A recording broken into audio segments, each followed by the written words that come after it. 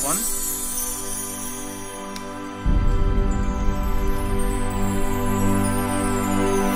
In the 20th century, in the past century, humankind has really managed to do the impossible and rein in famine, plague, and war. Today, for the first time in history, starvation kills fewer people than obesity. Plagues kill fewer people than old age.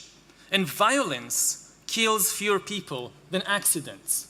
And it's good to remember these amazing achievements as we look forward towards the new impossible challenges of the 21st century.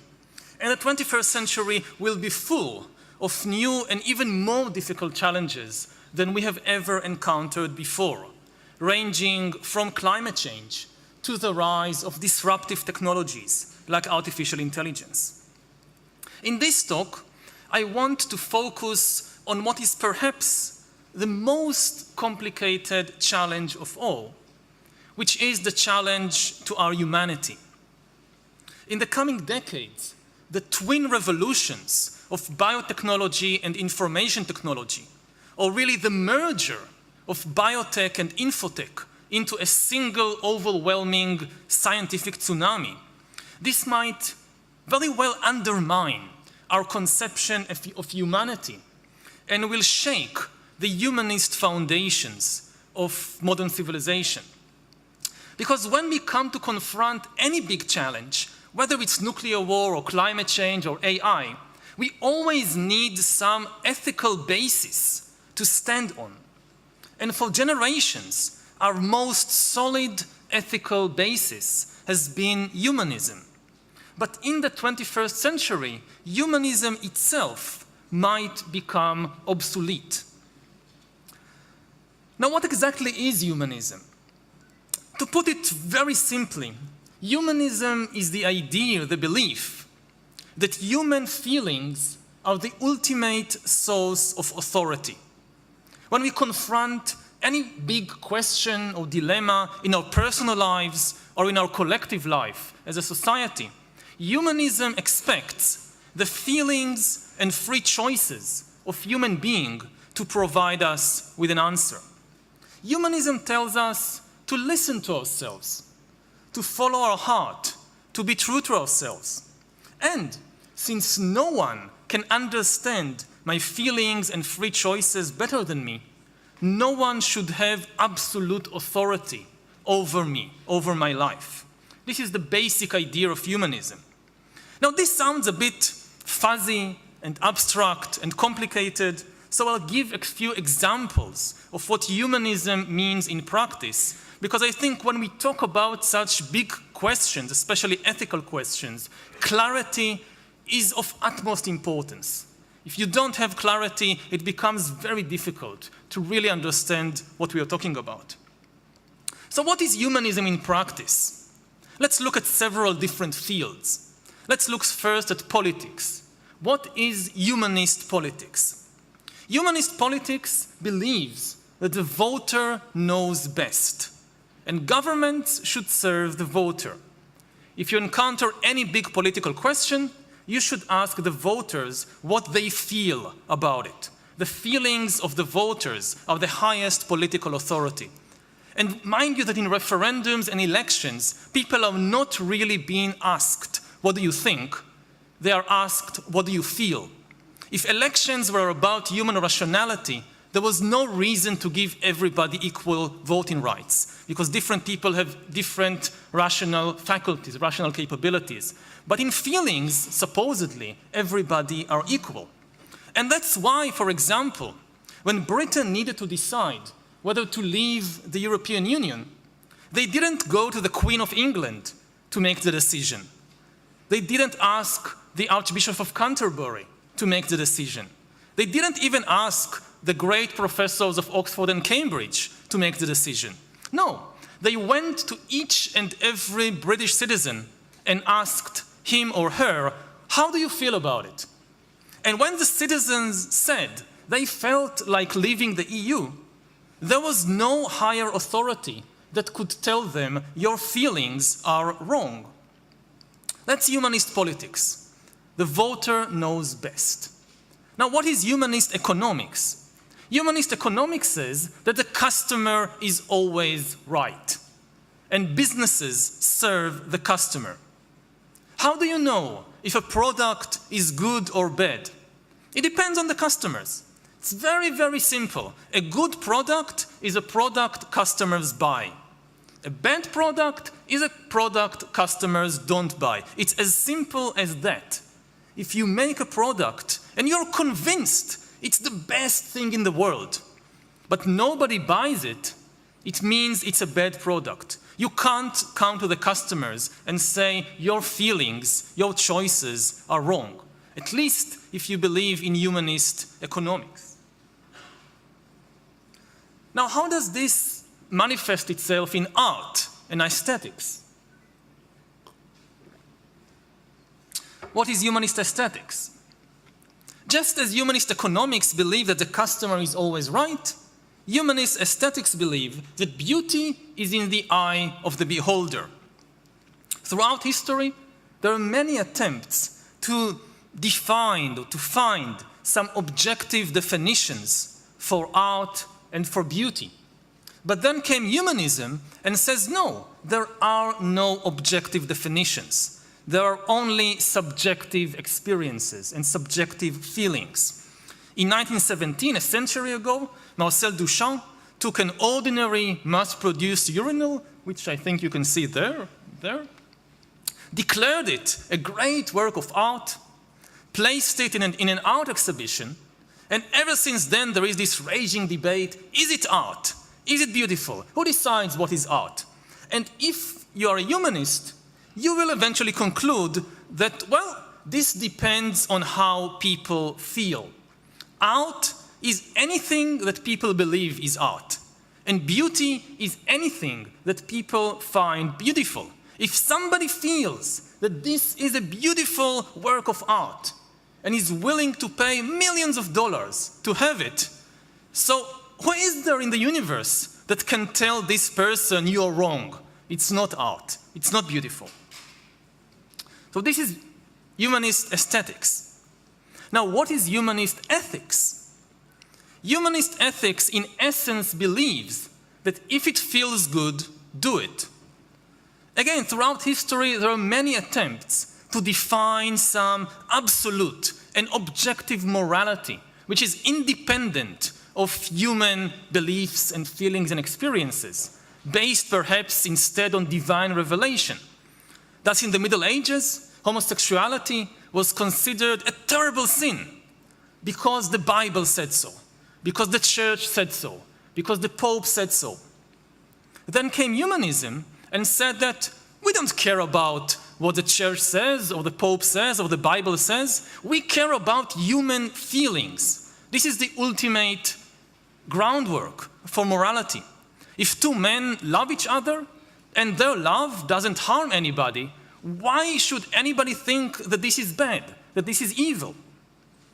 Of course, sometimes there are dilemmas even in humanist ethics. What happens if the same thing makes me feel good and makes somebody else feel bad? Let's say I steal your car, I feel very good about it, but you feel very bad about it. So in that case, we don't apply to some higher absolute morality. We have to weigh the feelings one against the other. This is how debates, moral debate in a humanist society happen. We weigh the different feelings one against the other, and we usually conclude that theft or murder are wrong, not because some book said so, but because they hurt people. They make people feel miserable. That's why they are wrong. And finally, in our brief survey of what humanism is, what is humanist education? Humanist education teaches people to think for themselves. And in past generations, in past eras, like in the Middle Ages, the main aim of education was to teach people what the wise books or the wise men of the past thought, what the Bible said, what Aristotle said, because this was the main source of authority. But when humanism rose, the purpose of education changed. Humanism says that authority comes from within yourself, not from outside. And therefore, the main aim of education, at least in humanist societies, changed. And if you go to a teacher from kindergarten to university, and you ask, what are you trying to teach your students?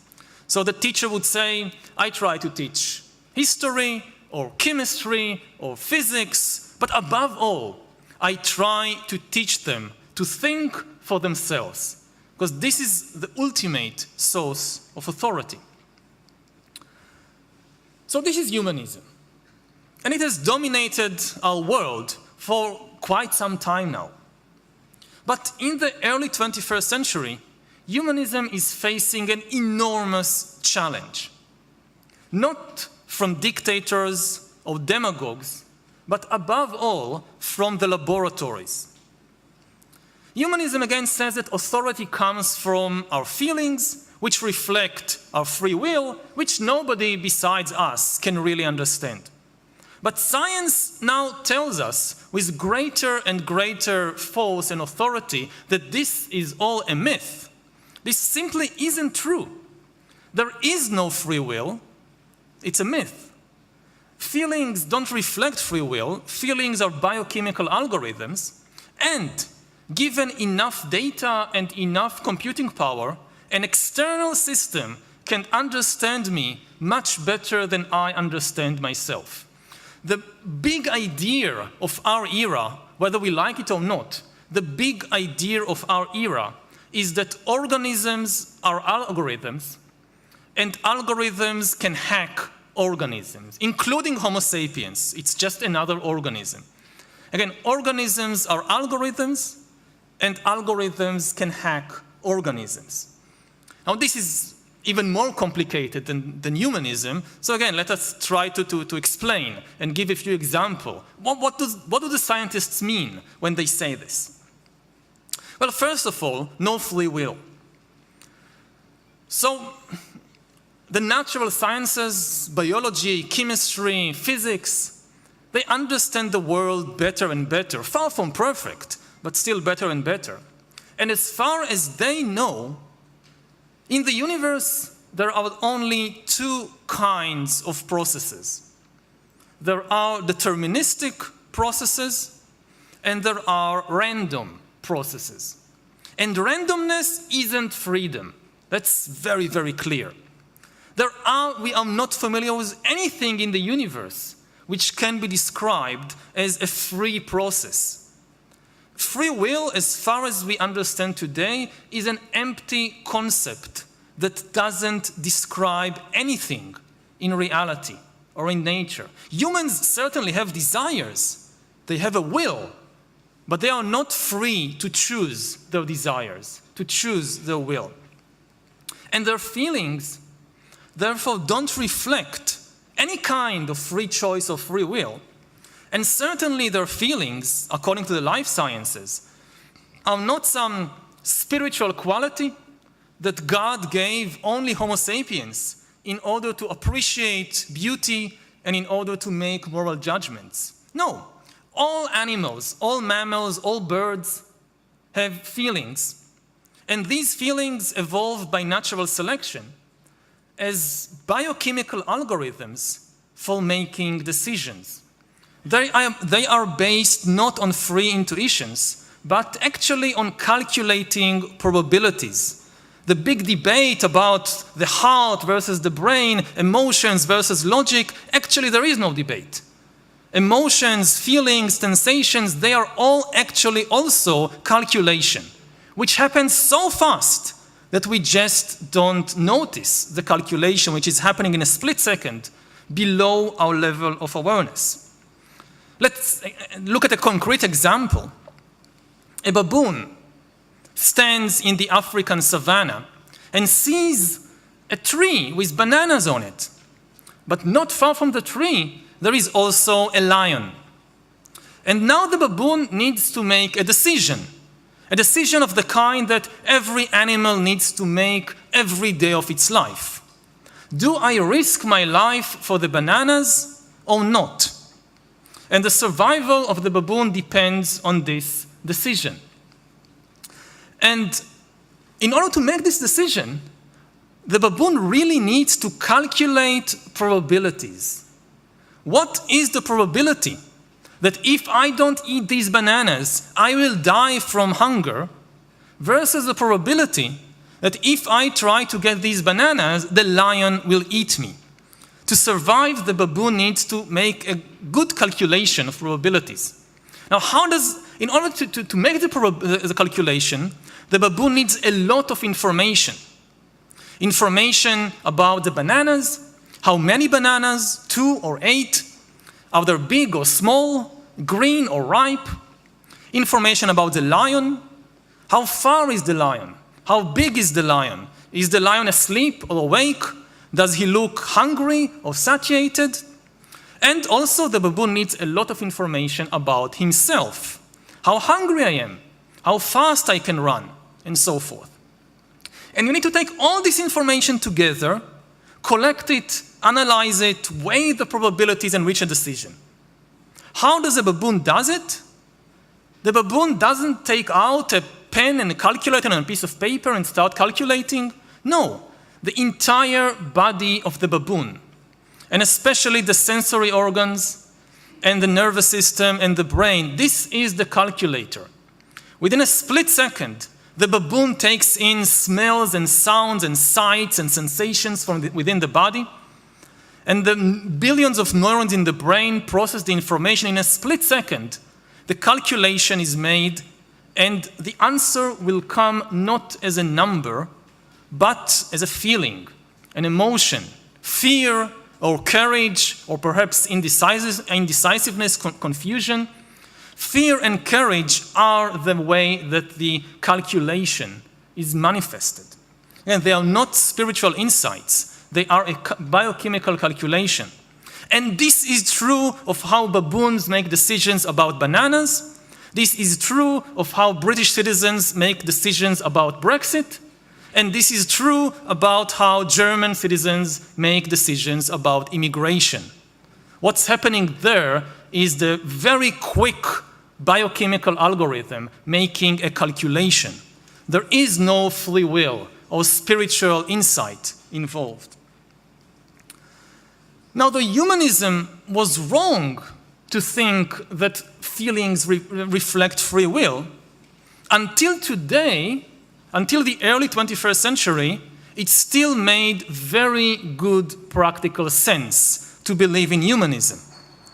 Even though there was nothing magical about our feelings, they were still the best method in the universe to make decisions, and no outside system could understand what's happening within me and how and why I make these decisions.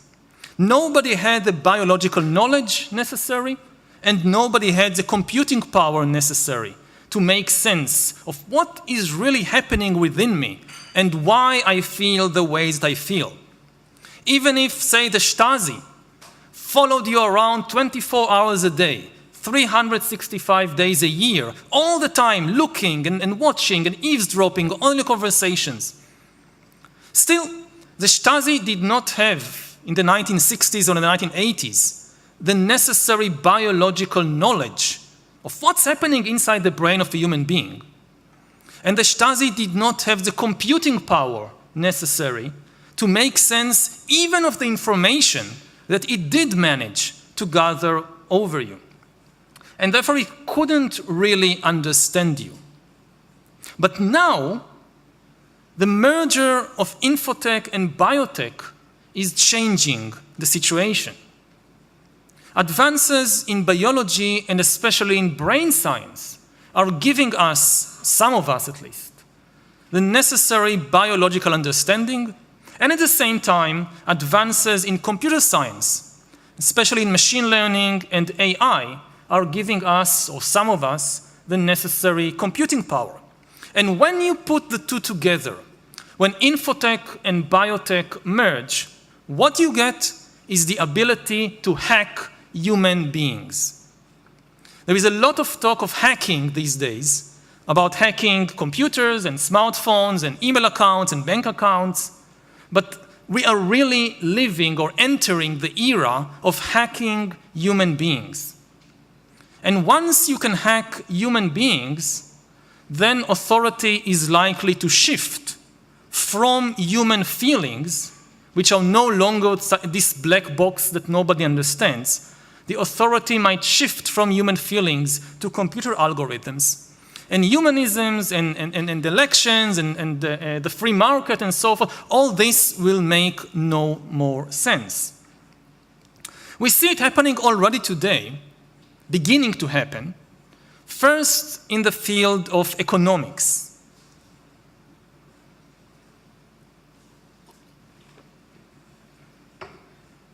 We are leaving behind the era of the customer is always right and entering the new economic era of the algorithm is always right, because the algorithm can predict and manipulate the feelings of the customer. Let's start with a very simple example from the book industry. How do I choose which book I, the consumer, the customer of the book industry, how do I choose which book to buy? So in the past, in the humanist era, I rely primarily on my own feelings and literary taste. But now, I increasingly rely on an algorithm that, at least allegedly, knows me better than I know myself. As I enter the virtual Amazon bookstore, the first thing that happens is an algorithm pops up and tells me, I know you. I know you based on your previous likes and dislikes and what you bought and so forth. And based on everything I know about you, and millions of other readers, I recommend this or that new book to you. Now, of course, it's still very, very primitive, and the Amazon algorithm makes a lot of mistakes because it doesn't really know me so well. It doesn't have enough data. But it constantly gathers more and more data and is improving. And it gathers data in new ways. If you read a book on an electronic device like Amazon Kindle, the Kindle can read you while you are reading it. For the first time in history, books read people more than people read books, with far greater attentiveness anyway. As you read a book on Kindle, Kindle can know which pages you read fast, which pages you read slow, and when you stop reading. And this gives the algorithm a much better idea of what you like and what you don't like. But it is still very primitive. The next stage, which is technically feasible even today, you can connect Kindle to face recognition software, and then the algorithm will know what makes you laugh, what makes you cry, what makes you bored, what makes you angry. The ultimate step is to connect Kindle to biometric sensors on or inside your body, and then the algorithm will know the exact emotional impact of every sentence you read. You read a sentence, and the algorithm knows what happens to your heartbeat, to your blood pressure, to your adrenaline level, to your brain activity. By the time you finish the book, let's say you read Tolstoy's War and Peace, a very long book. By the time you finish War and Peace, you forgot most of it. But the algorithm will never forget anything. By the time you finish this 1,000-page book, the algorithm knows exactly who you are, what is your personality type, and how to press your emotional buttons. And using this kind of information, it can not just choose books for you with far greater accuracy than you can. It can also tell you what to study and where to live and whom to marry. And people are likely, it's an empirical question. If you learn that it gives you good answers, you increasingly rely on it until you lose the ability to make decisions yourself. We see it already happening with things like navigating space, that people have learned that it's good to listen to the smartphone, to Google Maps. If they need to get from here to the bus station, to the train station, just listen to Google. And after they do it for a while, they lose the ability to navigate space by themselves. And even more dramatically, one of the most important abilities of human beings is to look for information, to look for answers to questions that bother them. But more and more, many people know of just one way to look for answers to questions: just ask Google. Within a very short time of, say, 15, 20 years, this crucial ability has been outsourced from the human mind to the algorithm, and there is no reason to think that if the algorithm is good enough, it will not happen in the same way with the ability to choose what to study, or whom to date, or whom to marry. Now, when algorithm can hack humans, they will be able not just to decide things for them, but also to replace them. And in the coming decades, the twin revolutions in infotech and biotech are likely to disrupt the job market and might lead to the creation of an enormous new useless class. A class of people who are useless not from the viewpoint of their mother or children. Nobody is ever useless from the viewpoint of his loved ones, but useless from the viewpoint of the economic system.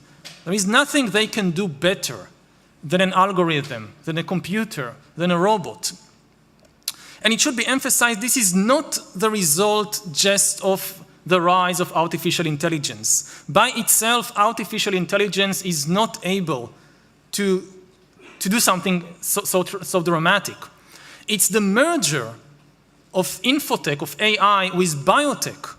Because for many jobs, in order to perform the job well, you need to decipher human feelings and human emotions. Computers and robots will never be able to replace human doctors and teachers and lawyers and even drivers unless they are able, at least to some extent, to identify human emotions correctly.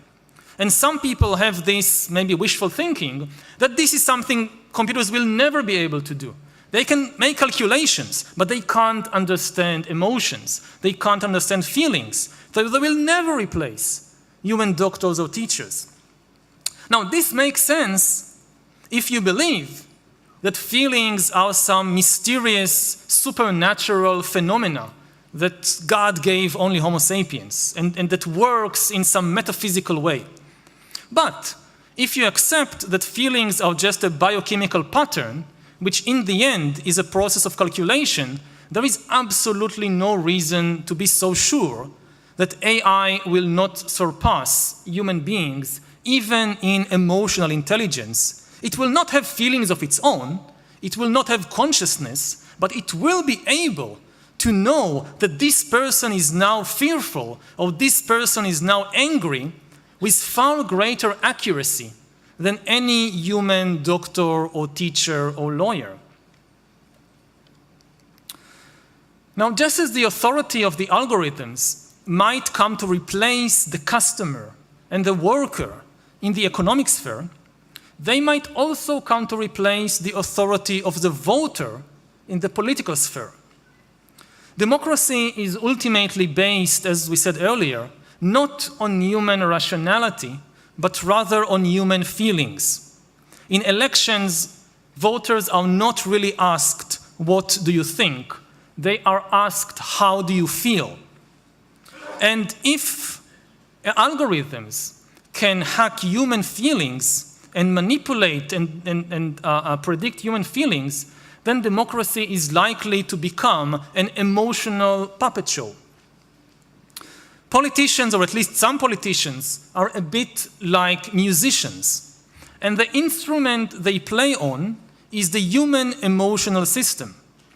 A politician gives a speech, and there is a wave of fear all over the country. A politician tweets, and there is an explosion of hatred. And this fear and hatred, this is the fuel of a lot of political systems. What will happen when these musicians have a much more sophisticated instrument to play on? What might happen is the rise of digital dictatorships. In the 20th century, democracy defeated dictatorship because democracy was better at processing data and making decisions. We tend to think about the conflict between democracy and dictatorship as a conflict between different ethical systems, but it was also a conflict between different methods for processing data. Democracy works as a distributed data processing system. Democracy distributes the information and the power to make decisions between many institutions and organizations and individuals. Dictatorship, on the other hand, is a method for processing data in a centralized way. Dictatorship concentrates all the information and all the power in one place. Now, given 20th century technology, it was simply inefficient to try and concentrate too much information and too much power in one place. It didn't work well. Nobody was able to process the information fast enough and make good decisions. And this is one of the main reasons why, for example, the Western Bloc defeated the Communist Bloc in the Cold War. There is a story that in the last days of communism, in the late 1980s, a Soviet official came to London to try and understand in the capital of Margaret Thatcher, how does a free society and a free market actually function? And the British hosts, they took this Soviet official on a tour of London to visit the banks and the stock exchange and to meet all kinds of economics professors and other luminaries. But after a few hours, the Soviet official exclaimed, "Wait a minute, there is something I don't understand. Back in Moscow, our best minds are working on the problem of how to provide bread to Moscow. And nevertheless, in almost every bakery and grocery store, there is such a long queue for bread. Here in London, a city of millions, we've been going back and forth across the city for hours, and I haven't seen a single bread queue. So please cancel all my other visits and appointments and just take me to meet the person who is in charge of providing bread to London. I must understand his secret." And the British hosts, they scratched their heads and they looked embarrassed and they said, "There is nobody. Nobody is in charge of providing bread to London. That's the secret of a free society and a free market. Nobody is in charge. You just allow the information to flow freely between all the different parts and you allow individuals and organizations to make their own decisions." But it is not a law of nature that under all circumstances, centralized data processing always is less efficient than distributed data processing. This was the case in the late 20th century. But now, the revolution in infotech, especially machine learning and AI, may swing the pendulum in the opposite direction. Machine learning and AI might make it possible to process enormous amounts of information centrally. And actually, the more information you gather in one database, the better the process, the better the data processing. And then the main handicap of authoritarian regimes in the 20th century, their attempt to concentrate all information in one place, it could become their main advantage in the 21st century. And this could result in the rise of a completely new kind of regime, very different from the dictatorships of the 20th century, a new kind of digital dictatorship. Finally, when algorithms can hack organisms, they could also start creating and redesigning new kinds of organisms, new kinds of living entities. It's quite likely that the main products of the 21st century economy will not be textiles and vehicles and weapons. They will be bodies and brains and minds. We are learning how to produce and engineer and manufacture them. We are learning how to design and create new organic beings by speeding up natural selection in a way. We are learning how to create cyborgs, which are beings that combine organic with inorganic parts. And finally, we are even learning how to create completely inorganic beings. And if this indeed happens, this will be not just the greatest revolution in history, since history began about 100,000 years ago. It will be the greatest revolution in biology since the very beginning of life 4 billion years ago. For 4 billion years, nothing fundamental changed in the basic rules of the game of life. Many things happened. The dinosaurs appeared, the dinosaurs disappeared, the mammals appeared, all kinds of things. But the basic rules didn't change. All beings for 4 billion years, whether amoebas or dinosaurs or tomatoes or Homo sapiens, were subject to the laws of natural selection and were subject to the laws of organic biochemistry, made of organic stuff. Now, in the 21st century, natural selection might be replaced by intelligent design as the basic driving force of the evolution of life, not the intelligent design of some god above the clouds, but our intelligent design. And even more so, the intelligent design of our clouds. The Google Cloud, the Microsoft Cloud, they will be the main driving force of evolution. And at the same time, after 4 billion years of being stuck in the small puddle of organic biochemistry, life might break out into the vastness of the inorganic realm. So, who will decide what to do with these godlike powers of creation? Will the voters decide? Will the customers decide? Will we just listen to ourselves and follow our heart? But how do you follow your heart when your heart is constantly being monitored and manipulated by an algorithm? That's the big question of our time. Thank you.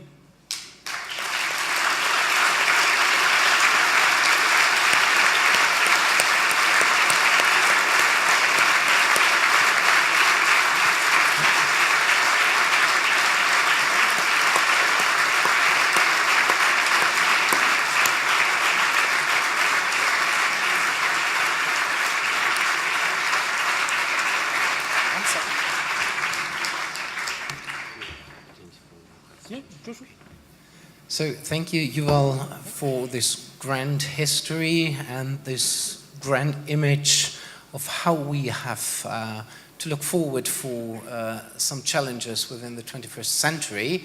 And as far as we have running out of time, at the very beginning of our conference, I just would like to invite one person to raise a question. And I asked Sheila Jesanoff, who unfortunately have to leave us immediately after her talk, that she could have the opportunity. Sheila Jesanoff from Harvard. So Sheila, it's for you. Thank you so much for giving me this opportunity, and it's obviously a daunting task to follow what you've just said with any questions whatsoever. I'm tempted to ask about 50 different questions, beginning with the fact that your useless class slide was highly gendered, and it made me think that perhaps there's hope, because there weren't too many women in the useless class. But visuals aside, you know, ethics, which is what we're celebrating today, has taken root in spaces of doubt, ambivalence, disagreement, not knowing ways forward. Your talk was extremely the opposite of that. I mean, that is, your talk was, I'm trying to bring up something, and my machine is misbehaving, showing perhaps that.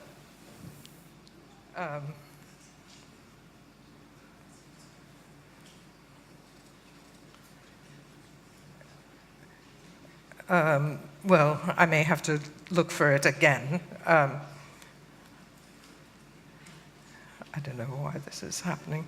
I may not be able to give you the exact quote, but your point about demagogues playing publics like musical instruments, it brought to my mind a passage which some people in this audience may be familiar with. It's out of Hamlet. I wanted to quote the exact words, but my iPhone is not bringing up the exact quote at this moment. But you recall he has a conversation with Guildenstern in which he hands Guildenstern a flute and says, play this flute for me. And Guildenstern keeps saying, my lord, I can't. I mean, you know, I don't have the skill.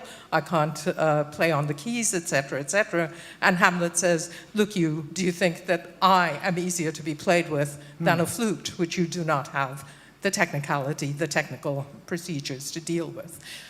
Your algorithmic future that you're outlining not only has mastered the flute, but has mastered the human. And I just wonder where in your, space of deterministic futurism, against which there is a lot of evidence as well, you have room for the kind of challenge that Hamlet was posing to Guildenstern, who was presuming to know algorithm-like what would make this very ambivalent prince tick. So what would you say? How would you rewrite that passage in Shakespeare? I wish I could read it for you, because I would love you to produce the piece of counter Shakespeare for us in the moment. Well, it's a very, very good and timely question. I'll try to answer a few aspects of it, because it's a very complex issue. First of all, in order for this kind of scenario to be realized, the algorithm doesn't need to play the flute of the person perfectly. It just needs to do it better than the average human. In order for us to trust Google Maps to navigate the city, Google Maps doesn't need to be perfect. It just needs to be better than the average human. In order for self-driving cars to replace human drivers, they just need to drive better than the average human. They don't need to drive perfectly. That's an impossible. Nobody can do that, of course. But better than humans is not such an impossible mission. Today, for example, human drivers kill about 1.25 million people every year, mainly due to human error. So to improve on that is not an impossible mission.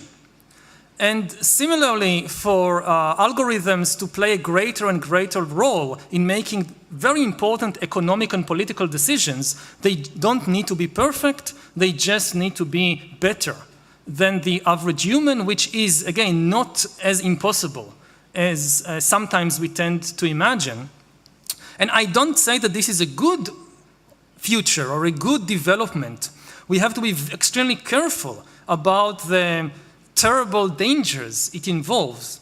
But to be really aware of the dangers, we need to be more humble about our own abilities as human beings compared to the computers, compared to the algorithms. If we fortify ourselves inside this kind of imaginary fortress that, oh, we have things the algorithm will never be able to understand. We have free will, we have the spirit, we have the soul. They will never understand that we are safe. Then it will be extremely easy to dupe us and delude us. The easiest people to manipulate, for example, with fake news, is people who trust too much in their own free will and say, oh, I'm not making this decision because of anything. It's just my free decision. They are the easiest people to manipulate because they can't even conceive how easy it is to, once you get to know their weaknesses, once you get to know their hatreds or their fears, it's so easy to manipulate them.